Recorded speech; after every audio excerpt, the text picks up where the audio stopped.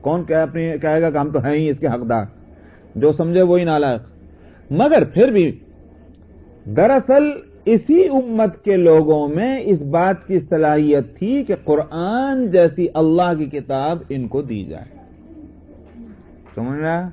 ورنہ قرآن آخر پہلے بھی تو اتر سکتا تھا. اسرائیلیوں پہ اتر جاتا، قوم شعیب پہ اتر جاتا، قوم نوح پہ اتر جاتا، لیکن آخر کیوں نہیں اترا؟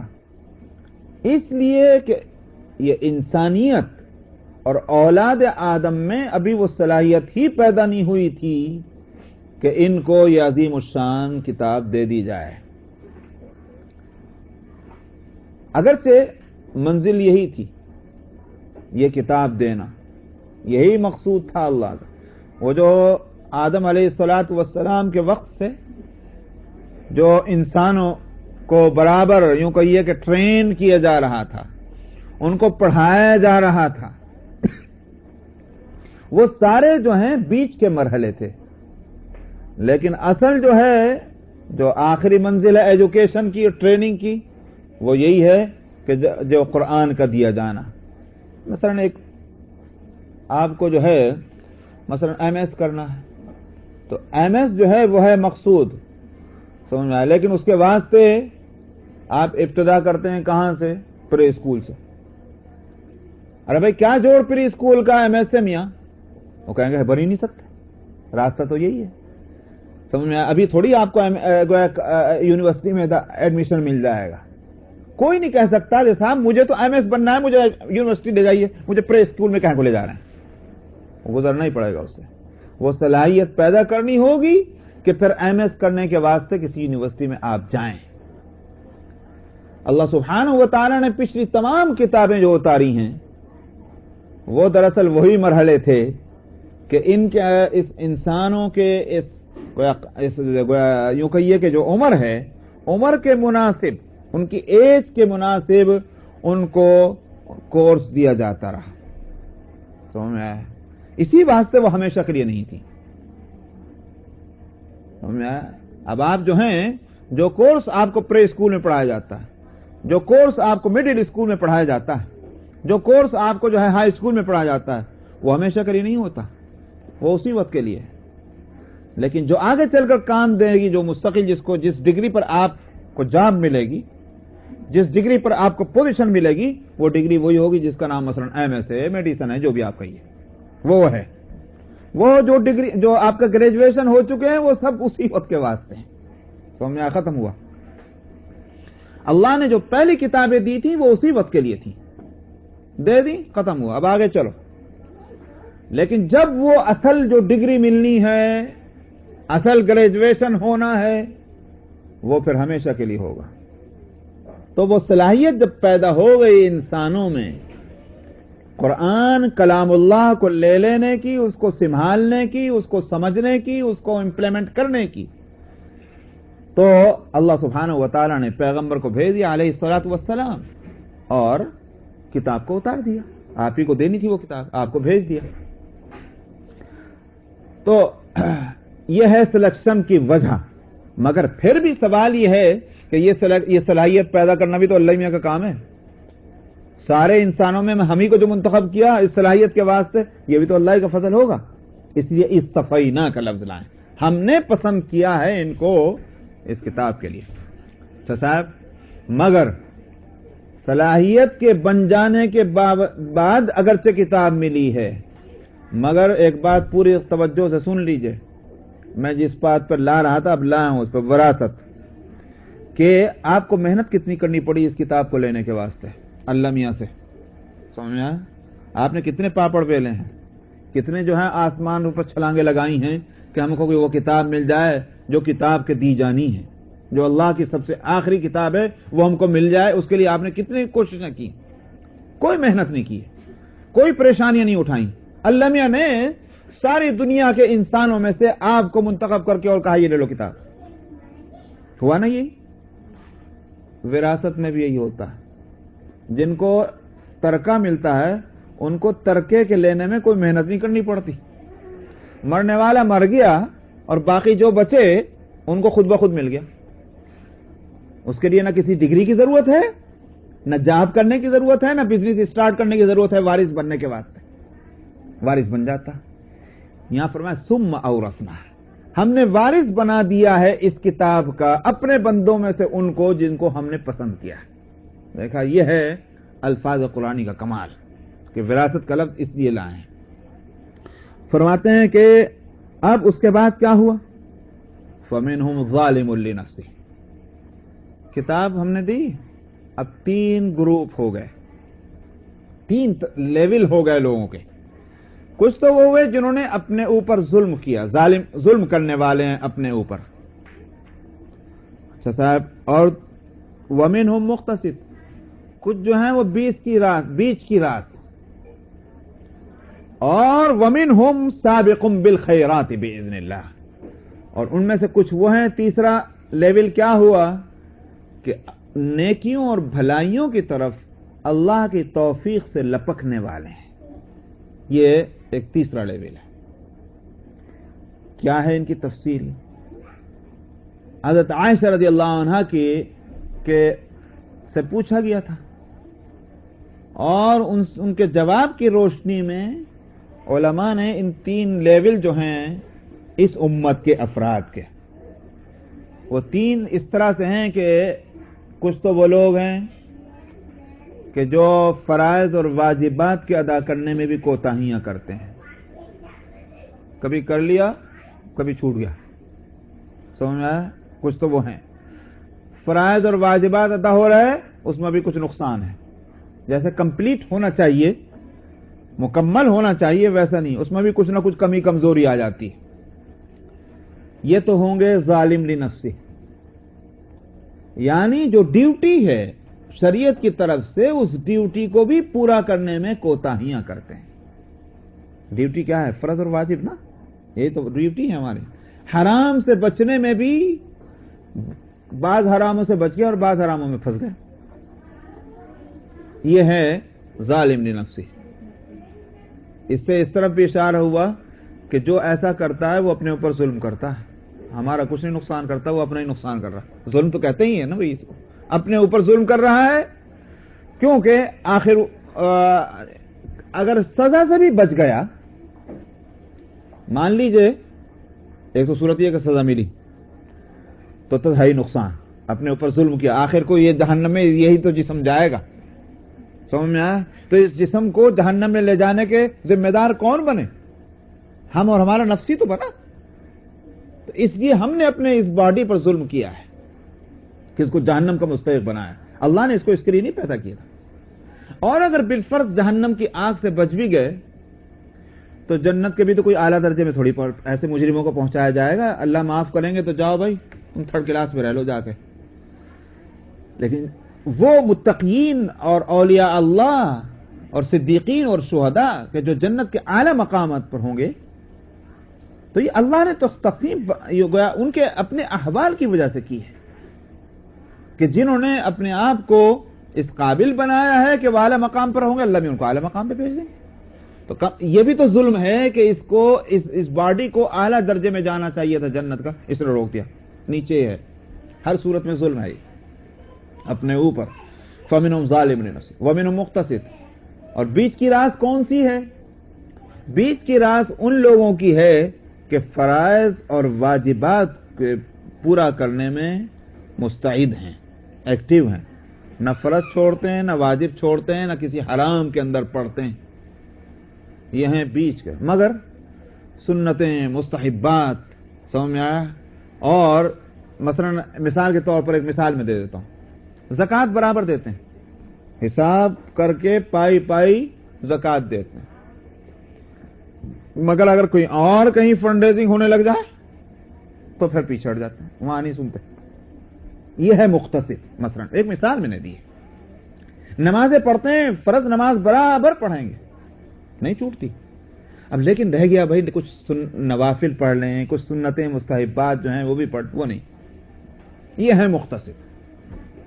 وَمِنْهُمْ سَابِقٌ بِالْخَيْرَاتِ بِإِذْنِ اللَّهِ، اور تیسرا لیول ان لوگوں کا ہے کہ ان کو یہ بات معلوم ہونی چاہیے کہ یہ اچھی بات ہے، اس طرح لپکتے ہیں اس طرف جس طرح شہد کی طرف مکھی کو دوڑتے ہوئے دیکھتے ہیں، تو معلوم ہوا کہ ہر بھلی بات ان کی خوراک ہے. اس خوراک کے لیے جس طرح بھوکا آدمی لپکتا ہے اسی طرح لپکتے ہیں. یہ ہیں ایک تیسرا لیول. اب وہاں ان کے یہاں وہ تقسیم نہیں ہے کہ یوں پوچھتے پھرے مولوی صاحب یہ بتائیے فرض ہے کہ واجب ہے، یہ سنت ہے، یہ وہ نہیں. ان کے یہاں تو یہ کہ دین میں ہے یہ مسئلہ، اس کا فائدہ ہے، ایسا بس لپک پڑے. ہم فرضوں کی طرف نہیں اس طرح لپکتے جس طرح وہ مستحبات کی طرف لپکتے ہیں. یہ ہیں سابقم بالخیرات. یہ تیسرا لیول ہے. حضرت عائشہ نے یہ فرمانے کے بعد اور کہا بیٹا ہم اور آپ تو وہ ظالم لنفسی میں ہیں. تو جب حضرت عائشہ یہ کہیں تو ہم کہاں ہمارا کیا شمار ہوگا؟ ظالم لنفسی میں. اور اس کو پہلے اس واسطے لائے ہیں کہ حالانکہ یہ سب سے نیچا درجہ ہے. قرآن اترا ہے تو قرآن کا حق ادا کرنے والوں ہیں سابق بالخیرات ہیں، ان کا پہلے ذکر آنا چاہیے تھا. لیکن ظالم لنفسی کا ذکر پہلے آنا اس واسطے ہے، مفسرین نے لکھا ہے اس لیے کہ امت میں تعداد زیادہ انہی کی ہے. سابق بالخیرات کتنے ہوں گے؟ انگلیوں پہ گننے کے قابل ہیں. مختصر تک بھی ہماری نوبت نہیں پہنچتی. تو اس لیے چونکہ کثرت امت کے میں افراد جو ہیں وہ ظالم نفسی کے، اس لیے ان کو پہلے لیا گیا. اور معلوم اس سے ایک بات یہ معلوم ہوئی کہ یہ سب کے سب کتاب کے وارث بنے. سمجھ میں آیا؟ جیسے وارث بننے کا مطلب کیا ہوا؟ ان کا حق ہو گیا. یعنی یہ کتاب والے ہی کہلائیں گے اس کے باوجود، یہ قرآن والے ہی کہلائیں گے اس کے باوجود، نام ان کا یہی رہے گا. وہ الگ بات ہے کہ لیول ان کے مختلف ہوں گے، مگر کہا یہ جائے گا یہ ہمارے سلیکٹڈ بندے ہیں. ان گناہوں کے باوجود ظالم لنفسی جو ہیں وہ بھی اللہ میاں کے سلیکٹڈ ہی ہیں. دیکھا آپ نے، یہ ہے اس امت کی خصوصیت. اور امتوں کے ساتھ یہ معاملہ نہیں، جیسے کو تیسا ہوگا. لیکن اس امت کے ساتھ یہ ہے کہ جو پیارے ہیں سو پیارے ہیں ہی، لیکن جو مجرم ہیں وہ بھی ہمارے پیارے ہیں. یہ ہے اس آیت کا حاصل. اس واسطے یہ آیت قرآن شریف کی آیتوں میں ہم جیسے گنہگاروں کے بڑے خوش کرنے والی آیت ہے. سمجھ میں آیا کہ ہمارے سارے حرکتوں اور کرتوتوں کے باوجود اللہ میاں کے ہم پیارے ہیں. یہ ہے یہ آیت جو ہم کو بتاتی. اور دوسری بات آگے فرمایا ذالک هو الفضل الکبیر. یہ جو ہے یہ بہت بڑا فضل ہے. کیا کس کو کہا جا رہا ہے؟ دے کون سا ظالم نفسی کو تو پہلے چلا گیا. پہلا ہے ظالم نفسی، دوسرا ہے مقتصد، تیسرا ہے سابق بالخیرات، اور فرمایا یہ جو ہے یہ تو بہت بڑا فضل ہے. کون سا ہوا؟ دے ہاں دونوں ہی باتیں. مفسرین نے دو باتیں کہی. ایک تو ذالکہ جو اشارہ ہے، یہ اشارہ ہے سابق بالخیرات کی طرف. یہ مقام جس کو مل جائے تو بہت بڑے فضل کی بات ہے اللہ کی. یہ تو بعض لوگوں کا خیال یہی ہے، لیکن میجارٹی جو ہے جمہور امت کے علماء کی وہ اسی طرف گئی ہیں کہ ذالکہ سے اشارہ ہے پورا جو یہ ہے جو تینوں طبقے جو ہیں، یہ پورے تینوں طبقے جو ہیں یہ سب کے سب اللہ کے فضل میں ہیں. کیوں؟ اس لیے کہ وہ اللہ نے ان کو پسند کیا ہے. تو مطلب وہ ہوا کہ ہم نے جو سلیکٹ کیا ہے یہ سلیکشن ہمارا بہت بڑا فضل ہے اللہ کا، اور سلیکٹڈ تینوں ہی ہیں. اس واسطے تینوں ہی اللہ کے فضل کے جو ہیں وہ کوئی مستحق ہو گئے، یہ حقدار بن گئے. کیا ہوگا؟ اللہ کے فضل کی صورت ہوگی کیا؟ یعنی بہت بڑا فضل ہے تو کیا ملے گا؟ جنات عدن يدخلونها، ہمیشہ کے رہنے والی جنتیں کہ جس میں یہ داخل ہوں گے.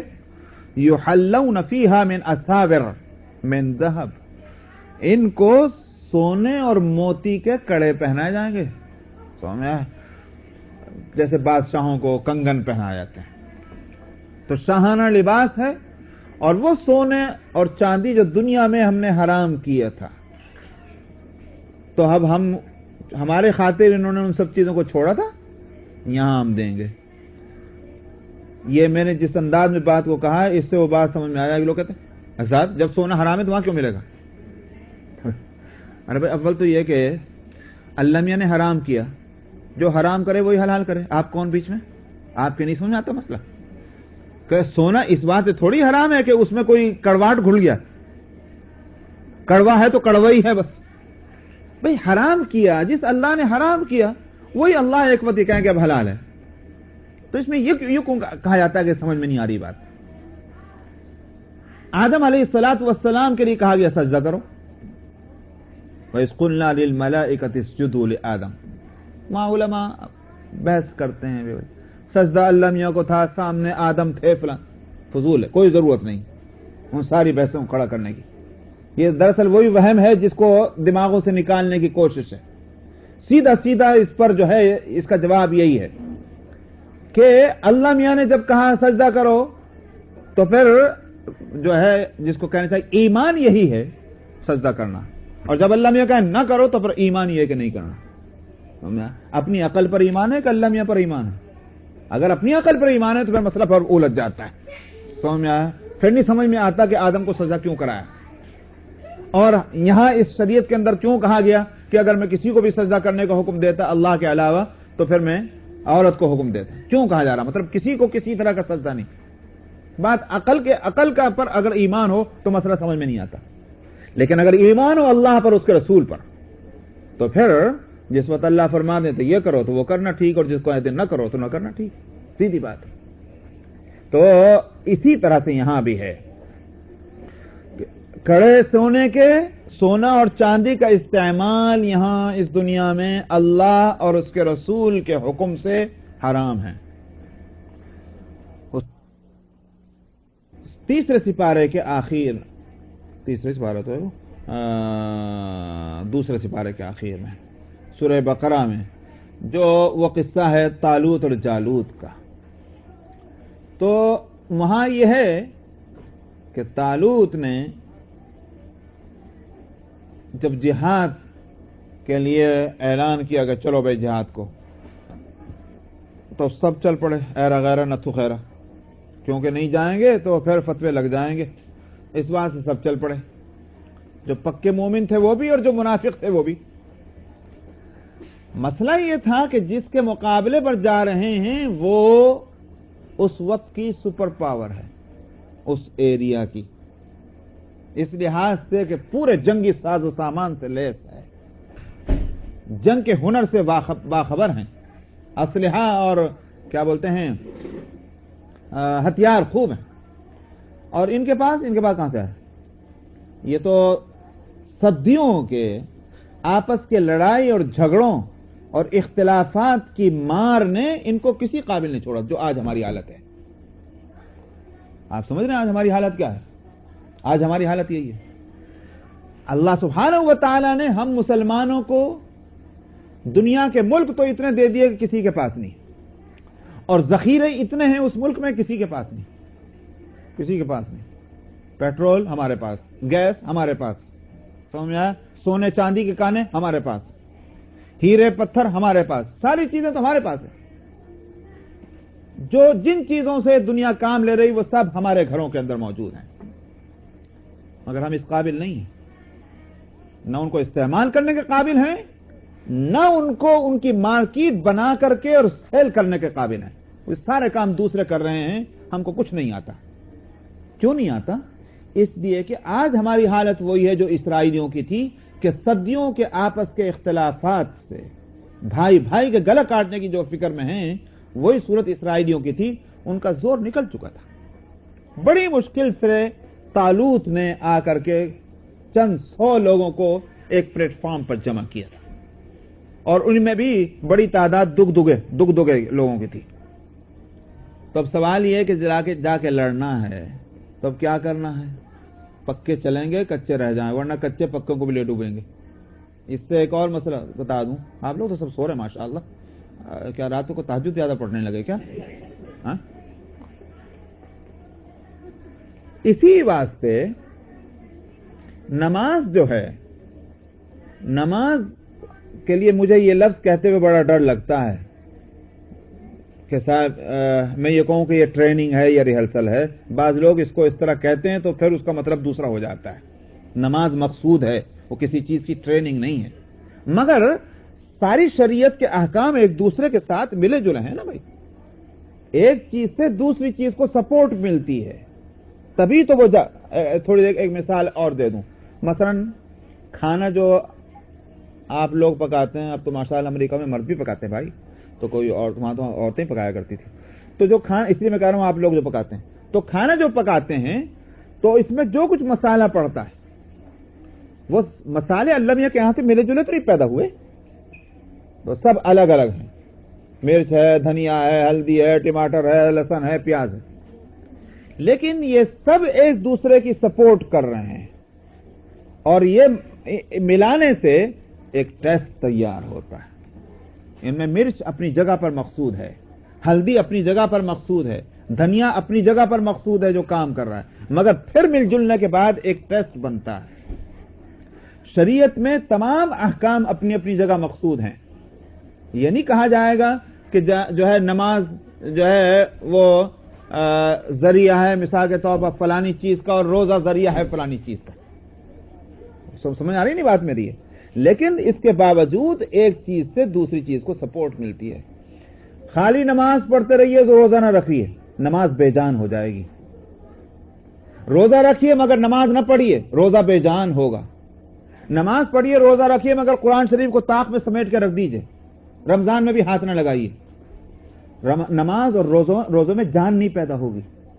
آئی بات سمجھ میں نہیں؟ ان میں سے ہر چیز اپنی جگہ پر مقصود ہے، مگر کمبینیشن سے جو بات تیار ہوتی ہے وہ اس لحاظ سے میں وہ لفظ اب بولوں گا میں، اس لیے میں نے ساری تقریر کی ہے کہ بعض لوگ ان سب چیزوں کی اس طرح سے تشریح کرتے ہیں کہ ان کی نیت چاہے نہ ہو لیکن سمجھنے والے کچھ الٹا ہی سمجھ جاتے ہیں۔ چنانچہ بعض لوگوں کو کہتے سنا کہ نماز روزہ کیا ہے، یہ خالی ایک مقصد کو حاصل کرنے کا ایک ذریعہ ہے، وہ مقصد اگر حاصل نہ ہو تو نماز روزے کا کوئی فائدہ ہی نہیں ہے۔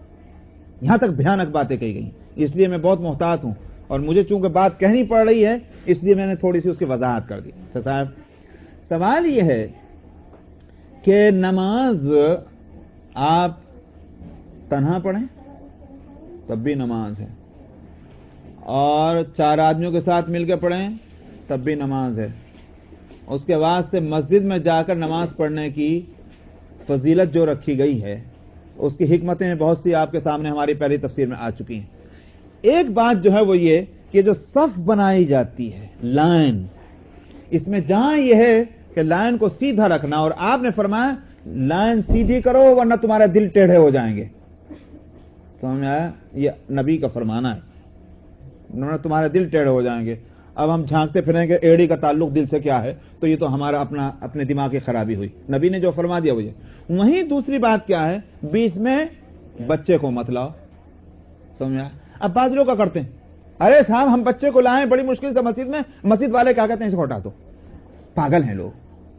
تم زیادہ عقل مند ہو کہ شریعت زیادہ عقل مند ہے؟ جس وقت تم کو فیلڈ میں بھیج دیا جائے لڑنے کے واسطے، پھر دیکھیں تم اپنے اس بیٹے کی انگلی پکڑتے لے جاتے کیا وہاں، سمجھا؟ اس وقت نہیں بچہ یاد آئے گا۔ اس نماز کی صف میں جو شیطان کے مقابلے میں مورچہ بندی ہے، سمجھ آیا؟ اور تنہا آدمی نہیں لڑ سکتا شیطان سے، مسجد میں جماعت بنا کر کے اس کا مقابلہ کیا جانا ہے، وہ شیطان اور شیطانی طاقتوں کا۔ وہاں صف بننی چاہیے، کانہم بنیان مرصوص، سے پلائی ہوئی دیوار، بیچ میں نہ خلا ہونا چاہیے نہ کوئی بچہ آنا چاہیے نابالغ، تب بنے گی صف۔ اسی بات سے بچوں کو پیچھے رکھا، سمجھ آیا؟ یہ نہیں کریں گے کہ بچوں تم آگے چل جاؤ لڑنے کے واسطے، بچوں کو پیچھے رکھیں گے اور بڑوں کو آگے آنا چاہیے۔ اسی واسطے جو زیادہ علم اور فضل والے ہیں ان کو آگے کی صف میں امام کے پیچھے ہونا چاہیے، اور کہا گیا بہترین جگہ یہی دائیں طرف کو پھر چل، یہ ترغیب کی صورت ہے۔ تو معلوم ایک سسٹم ہے شریعت کے پیش نظر، ہم سب کو اٹھا کر کے اور گاربیج میں ڈال دیتے ہیں، اپنی عقل سے فیصلے کرتے ہیں۔ تو اس لیے میں عرض کر رہا ہوں کہ طالوت نے کیا کیا کہ یہ کچے جو ہیں اگر چلے گئے جہاد میں تو یہ پکوں کو بھی لے ڈوبیں گے، جس طرح سے ہماری نمازیں ستیہ ناش ہو جاتی ہیں صفوں کے سیدھا نہ ہونے کی وجہ سے اور ٹھیک نہ ہونے کی وجہ سے۔ انہوں نے کیا کیا، انہوں نے حکم دیا کہ بیچ میں نہر آئے گی، نہر اردن وہی ہوگی، اور کوئی اس میں سے پانی نہ پیے،